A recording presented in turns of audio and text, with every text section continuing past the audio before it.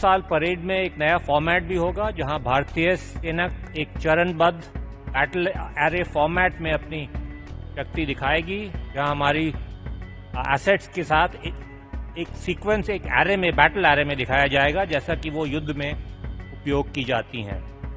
Parade में नई क्षमताओं और स्क्वाड्रन जैसे भैरो बटालियन, लद्दाख स्काउट्स, पशु टुकड़ियों में भी हमारे इंडिजिनस ब्रीड्स इत्यादि शामिल होंगे और एयर एलिमेंट्स को भी बैटल और एरे फॉर्मेट के हिस्से के रूप में ही प्रदर्शित किया जाएगा। India's Republic Day parade in 2026 will look very different from what viewers are used to. This year, the focus is not just tradition or spectacle, it is operational power. And at the center of that narrative is Operation Sindoor. For the first time, the Indian Air Force will showcase a dedicated operational formation linked to a real military campaign during the Republic Day celebrations on Kartavya Path. The message is clear. This is about how India fights modern wars.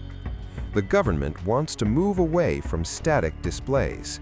Defense Secretary Rajesh Kumar Singh says the idea is to make the parade more interactive and more meaningful.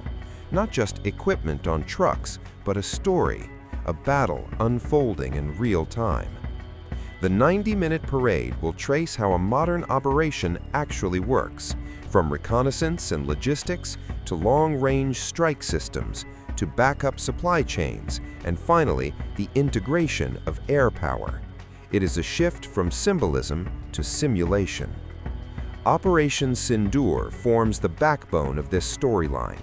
Launched in May 2025 after the terror attack in Pahalgam, the Tri-Services operation remains etched in public memory. High precision, tight coordination, and swift execution.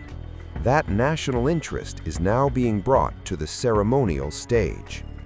Officials say the aim is simple: to show how equipment and manpower are actually used in combat, not in theory, but in practice. On the ground, the Indian Army will present a phased battle array. Each stage will be explained through live commentary. Viewers will see how different units work together as a battle progresses. Infantry, armor, artillery, logistics, all connected. Above them, the Indian Air Force will mirror this with an aerial battle array: fighters, helicopters, transport aircraft, all reflecting the air power element of Operation Sindoor. Specialized animal contingents will also feature: Zanskar ponies, Bactrian camels.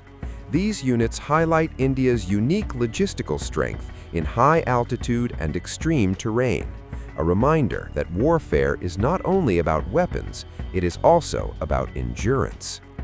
The finale will be in the skies. A powerful flypast will include Rafale, Su-30 and MiG-29 fighters. Apache and light combat helicopters will fly in formation. Transport and maritime aircraft like the C-130, C-295, and P-8I will also take part. Each platform represents a role in modern, networked warfare. Beyond the military, the parade will feature 30 tableaux, 17 from states and union territories, 13 from central ministries. The themes are Swatantrata Ka Mantra and Samriddhi Ka Mantra, freedom and prosperity shown together. This year also marks 150 years of Vande Mataram. That will be the cultural heartbeat of the celebrations. Around 2,500 artists from across India will perform classical, folk, tribal, a unified tribute to the song that shaped the national movement. International attention will also be on Kartavya Path. European Council President Antonio Costa and European Commission President Ursula von der Leyen will attend as chief guests alongside an India-EU summit. The military march will include 18 contingents and 13 military bands. Units like the Ladakh Scouts and the Bhairav contingent will be part of the display.